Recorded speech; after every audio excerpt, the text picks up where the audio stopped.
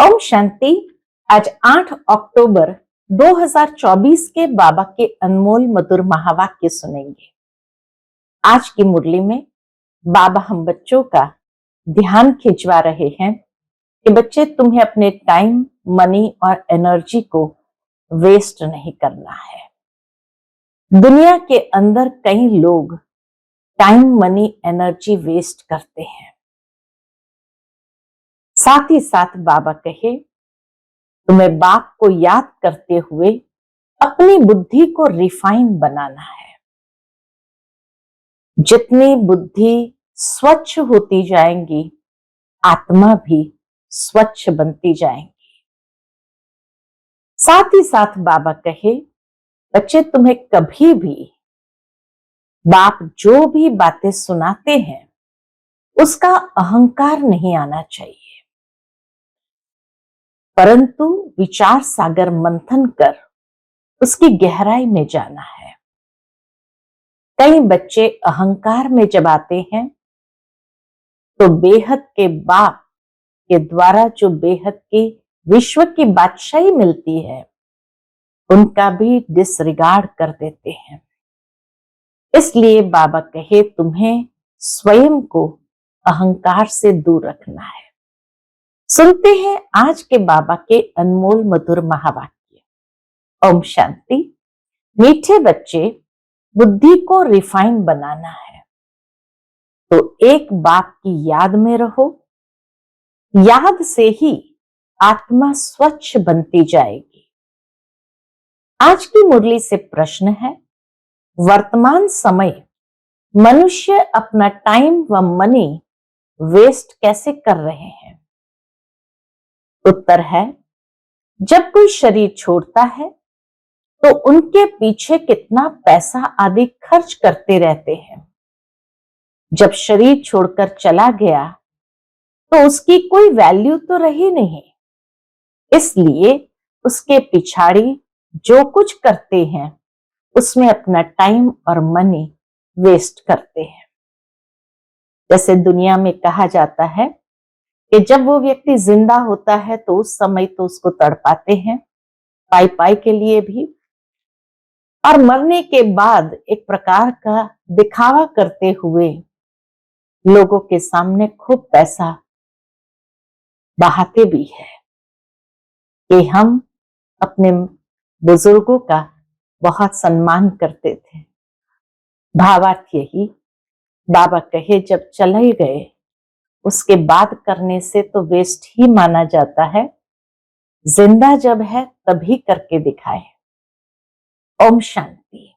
रूहानी बाप बैठ रूहानी बच्चों को समझाते हैं।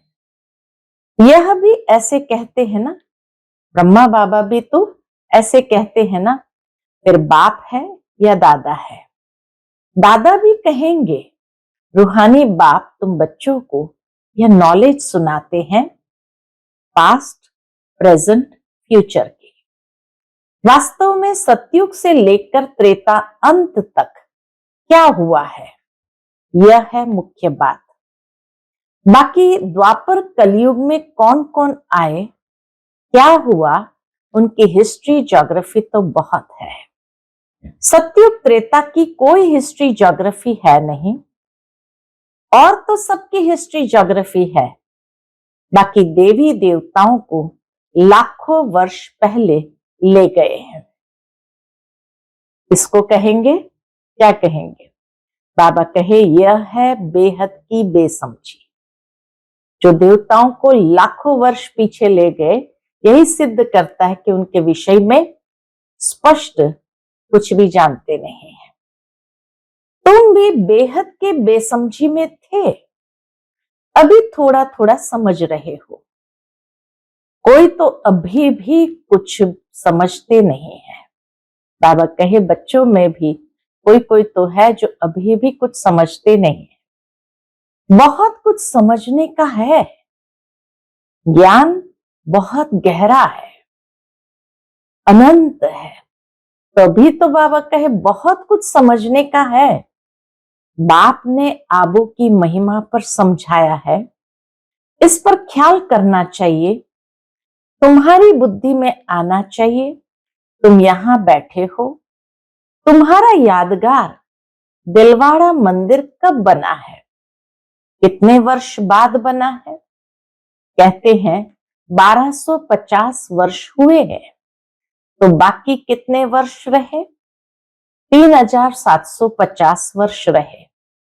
तो उन्होंने भी अभी का यादगार और वैकुंठ का यादगार द्वापर में ही बनाया होगा। मंदिरों की भी कंपटीशन होती है ना, एक दो से अच्छा बनाएंगे। अभी तो पैसा ही कहां है जो बनावे, पैसा तो बहुत था। द्वापर युग में एक सोमनाथ को ही अगर 17 बार लूटा गया हो तो कितना अकिचार धन था।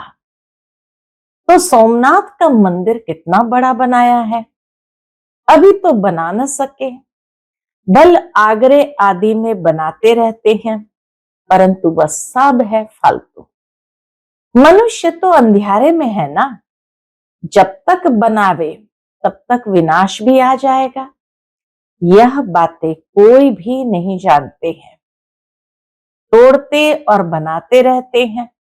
मंदिरों आदि को भी तोड़ते और बनाते रहते हैं। पैसे मुफ्त में आते रहते हैं, सब वेस्ट होता रहता है।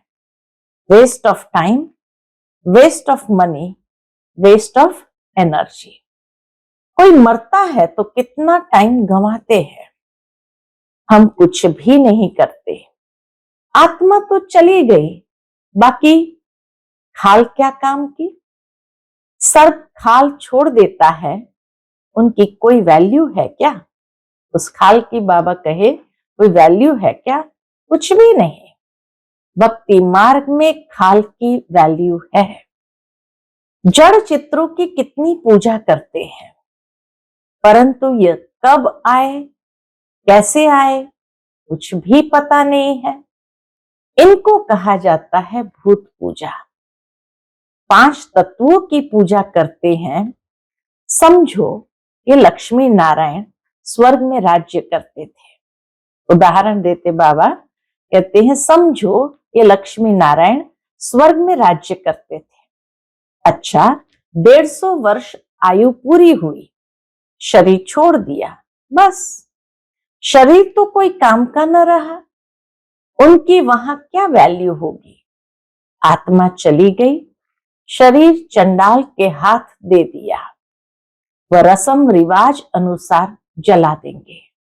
वहां लोग जाते नहीं हैं या उसका शोक नहीं मनाते हैं सतयुग के अंदर, क्योंकि पूरी आयुष्य भोग करके गया तो मृत्यु भी महोत्सव की रीति से था। तो बाबा कहे फिर चंडाल को दे देते, वह रस्म रिवाज अनुसार जला देंगे। ऐसे नहीं उनकी मिट्टी लेकर उड़ाएंगे नाम करने के लिए। उस समय में नेहरू की मिट्टी को जैसे खेतों में डाला गया था, आकाश से प्लेन से उसको सारे गिराया था खेतों के अंदर। तो बाबा कहे ऐसे नहीं उनकी मिट्टी लेकर उड़ाएंगे नाम करने के लिए, कुछ भी नहीं। यहां तो कितना करते हैं, ब्राह्मण खिलाते हैं, यह करते हैं, वहां ये कुछ होता नहीं। खाल तो कोई काम की नहीं रही, खाल को जला देते हैं, बाकी चित्र रहते हैं, सो भी एक्यूरेट चित्र मिल न सके। इस समय तो एक्यूरेट चित्र भी मिल न सके। ये आदि देव की पत्थर की मूर्ति एक्यूरेट थोड़ी है। दिलवाड़ा मंदिर में आदि देव की काले पत्थर की मूर्ति है, तो बाबा कहे ये आदि देव की पत्थर की मूर्ति एक्यूरेट थोड़ी है। पूजा जब शुरू की है तब के पत्थर की है, असल जो था वो तो जलकर खत्म हो गया ना। फिर भक्ति मार्ग में यह निकला है। इन बातों पर भी सोच तो चलता है ना। आबू की महिमा को अच्छी रीति सिद्ध करना है। तुम भी यहां बैठे हो, यहां ही बाप सारे विश्व को नरक से स्वर्ग बना रहे हैं। तो यही सबसे ऊंच ते ऊंच तीर्थ ठहरा। अभी इतनी भावना नहीं है, सिर्फ एक शिव में भावना है। कहां भी जाओ शिव का मंदिर जरूर होगा। भारत भर में शिव का मंदिर जरूर होगा। अमरनाथ में भी शिव का ही है। कहते हैं शंकर ने पार्वती को कथा सुनाई, वहां तो कथा की बात ही नहीं। मनुष्य को कुछ भी समझ नहीं है।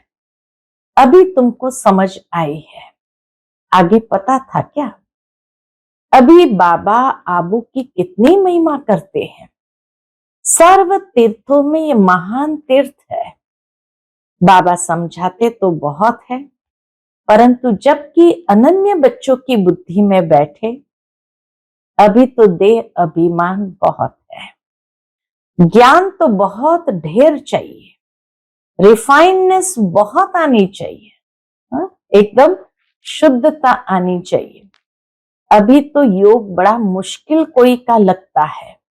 योग के साथ फिर ज्ञान भी चाहिए, योग के साथ फिर नॉलेज भी चाहिए। इसलिए गीता में भी कहा हुआ है, बिना ज्ञान के ध्यान कहाँ। ध्यान लगाने के लिए पहले ज्ञान चाहिए। इसलिए बाबा कहते हैं रोज मुरली जरूर सुननी है। योग के साथ फिर नॉलेज भी चाहिए। ऐसे नहीं सिर्फ योग में रहना है, योग में नॉलेज जरूर चाहिए। दिल्ली में ज्ञान विज्ञान भवन नाम रखा है, परंतु इनका अर्थ क्या है ये समझते थोड़ी है। ज्ञान विज्ञान तो सेकंड का है, शांति धाम सुख धाम, परंतु मनुष्य में जरा भी बुद्धि नहीं, अर्थ थोड़ी समझते हैं। चिन्मयानंद आदि कितने बड़े बड़े सन्यासी आदि है, गीता सुनाते हैं, कितने उन्हों के ढेर फॉलोअर्स हैं। सबसे बड़ा जगत का गुरु तो एक ही बाप है। बाप और टीचर से बड़ा गुरु होता है। स्त्री कभी दूसरा पति नहीं करेगी तो गुरु भी दूसरा नहीं करना चाहिए। एक गुरु किया, उनको ही सदगति करनी है, फिर और गुरु क्यों? सतगुरु तो एक ही बेहद का बाप है, सबकी सदगति करने वाला है। परंतु इन बातों को बहुत है जो बिल्कुल समझते नहीं। बाप ने समझाया है ये राजधानी स्थापन हो रही है, तो नंबरवार होंगे ना। कोई तो रिंचक भी समझ नहीं सकते। ड्रामा में पार्ट ऐसा है।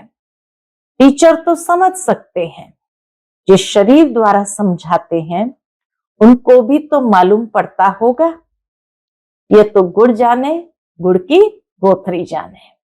गुड़ शिव बाबा को कहा जाता है, वह सबकी अवस्था को जानते हैं, हर एक की पढ़ाई से समझ सकते हैं कौन कैसे पढ़ते हैं, कितनी सर्विस करते हैं, कितना बाबा की सर्विस में जीवन सफल करते हैं। ऐसे नहीं, इस ब्रह्मा ने घर बार छोड़ा है, इसलिए लक्ष्मी नारायण बनते हैं, मेहनत करते हैं ना। ब्रह्मा बाबा ने भी कितनी मेहनत की है। यह नॉलेज बहुत ऊंची है। कोई अगर बाप की अवज्ञा करते हैं तो एकदम पत्थर बन पड़ते हैं। बाबा ने समझाया था यह इंद्र सभा है, शिव बाबा ज्ञान वर्षा करते हैं। उनकी अवज्ञा की तो शास्त्रों में लिखा हुआ है पत्थर बुद्धि हो गए। इसलिए बाबा सबको लिखते रहते हैं। साथ में संभाल से कोई को ले आओ। मधुबन जब आओ तो साथ में संभाल से कोई को ले आओ। ऐसे नहीं विकारी अपवित्र यहां आकर बैठे, नहीं।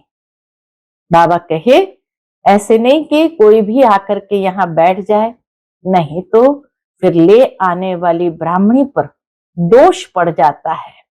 ऐसे कोई को ले नहीं आना है, बड़ी रिस्पॉन्सिबिलिटी है। बाबा के सन्मुख किसी को ले आना यह भी बड़ी रिस्पॉन्सिबिलिटी है। बहुत ऊंच ते ऊंच बात है। तुमको विश्व की बादशाही देते हैं तो उनका कितना रिगार्ड रखना चाहिए। बहुतों को मित्र संबंधी आदि याद पड़ते हैं, बाप की याद है नहीं। अंदर ही गुटखा खाते रहते हैं। बाप समझाते हैं यह है आसुरी दुनिया, अभी दैवी दुनिया बनती है। हमारी एम ऑब्जेक्ट यह है, यह लक्ष्मी नारायण बनना है। जो भी चित्र है सबकी बायोग्राफी को तुम जानते हो। मनुष्य को समझाने के लिए कितनी मेहनत की जाती है तुम भी समझते होंगे। यह कुछ अच्छा बुद्धिमान है, यह तो कुछ नहीं समझते।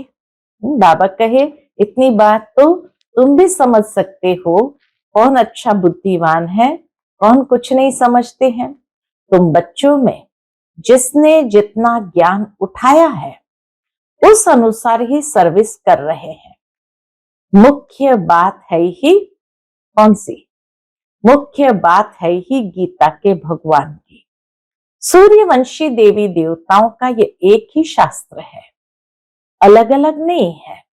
ब्राह्मणों का भी अलग नहीं है। ये बड़ी समझने की बातें हैं। इस ज्ञान मार्ग में भी चलते चलते अगर विकार में गिर पड़े तो ज्ञान बह जाएगा। बहुत अच्छे अच्छे जाकर विकारी बने तो पत्थर बुद्धि हो गए। इसमें बड़ी समझ चाहिए। बाप जो समझाते हैं उनको उगारना चाहिए।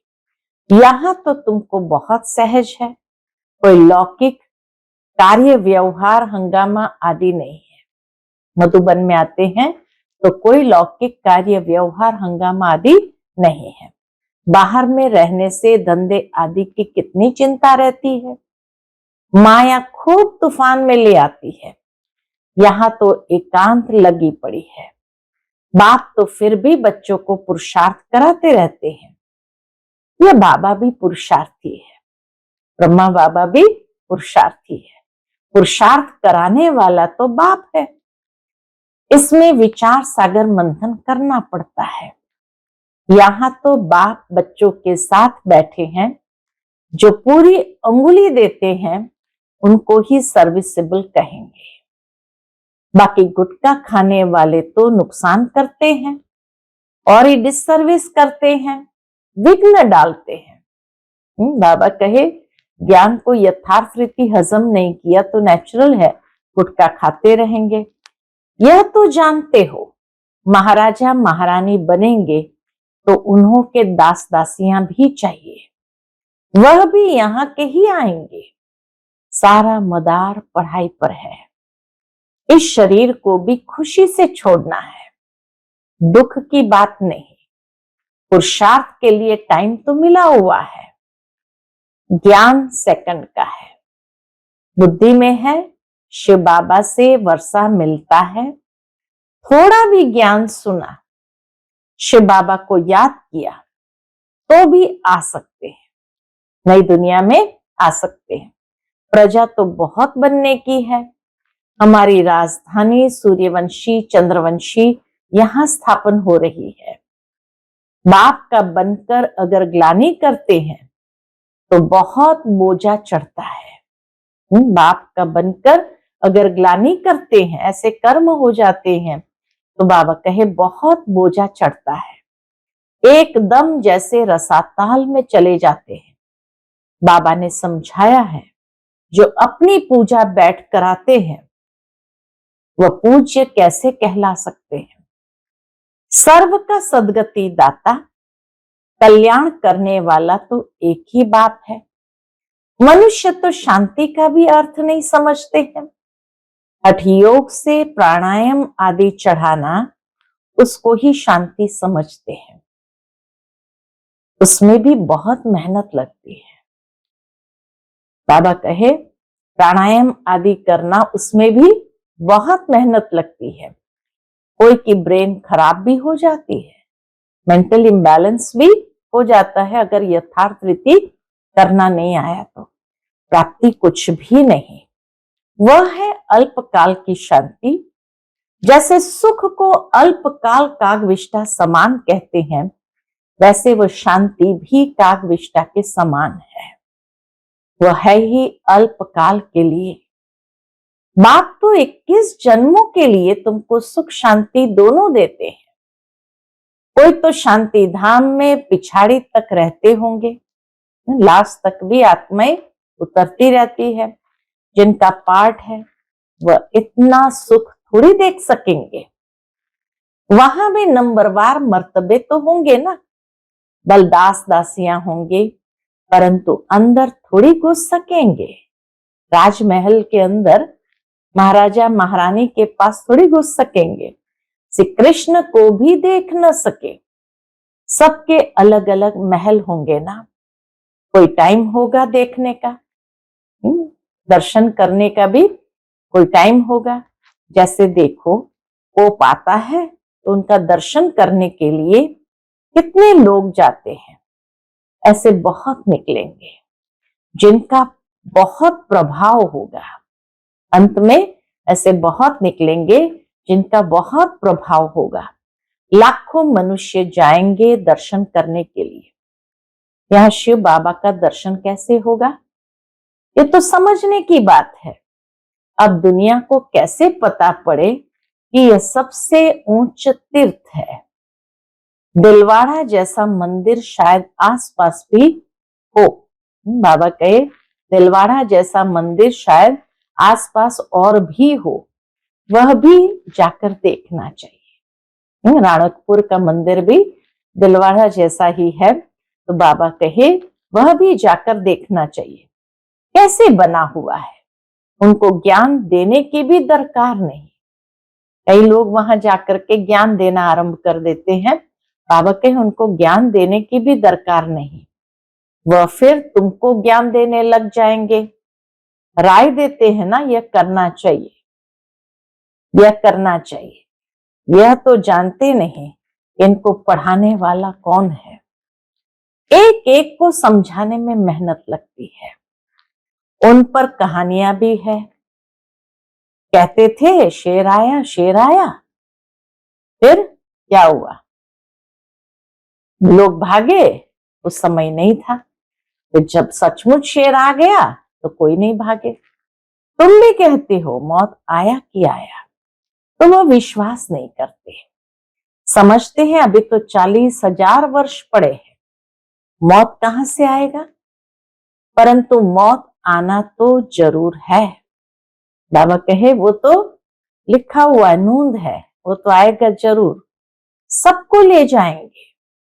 वहां कोई भी किचड़ा होता नहीं।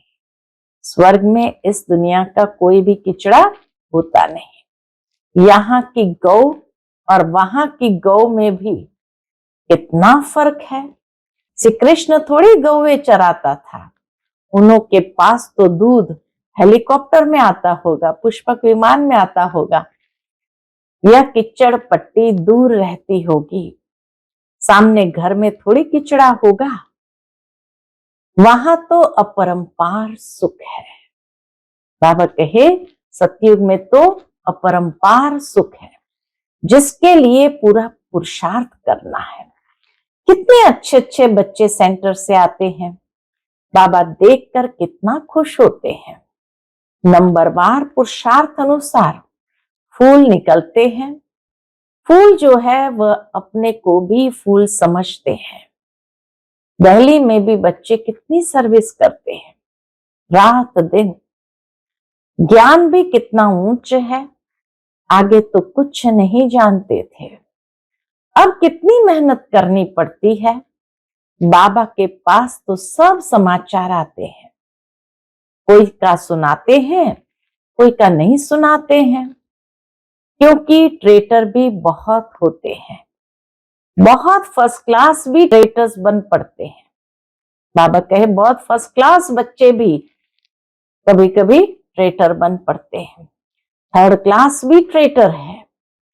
थोड़ा ज्ञान मिला तो समझते हैं हम शिव बाबा के भी बाबा बन गए।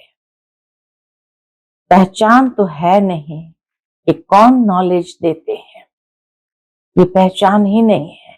अच्छा, मीठे मीठे सिकिलधे बच्चों प्रति माता पिता बाप दादा का याद प्यार और गुड मॉर्निंग। रूहानी बाप की रूहानी बच्चों को नमस्ते।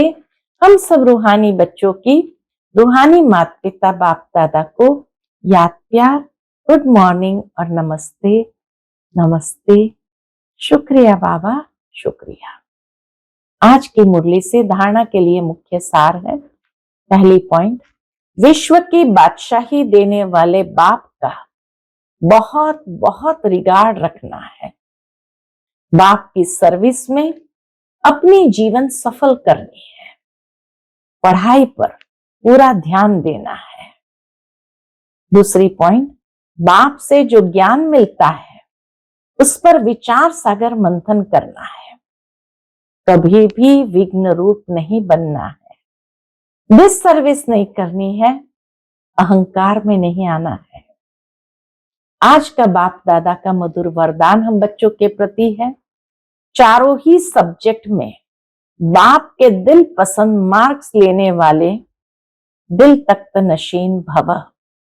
चारों ही सब्जेक्ट में बाप के दिल पसंद मार्क्स लेने वाले दिल तख्त नशीन भव। जो बच्चे चारों ही सब्जेक्ट में अच्छे मार्क्स लेते हैं, आदि से अंत तक अच्छे नंबर से पास होते हैं, उन्हें ही पास विथ ऑनर कहा जाता है।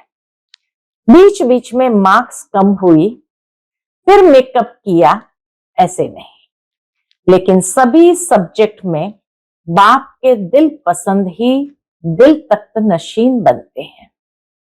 साथ साथ ब्राह्मण संसार में सर्व के प्यारे, सर्व के सहयोगी, सर्व का सम्मान प्राप्त करने वाले दिल तख्त नशीन सुराज्य तख्त नशीन बनते हैं। आज का स्लोगन है, दिल रुबा वह है जिसके दिल में सदा यही अनहद गीत बजता रहे कि मैं बाप की, बाप मेरा। दिल रुबा वह है जिसके दिल में सदा यही अनहद गीत बजता रहे, मैं बाप की, बाप मेरा। अच्छा, ओम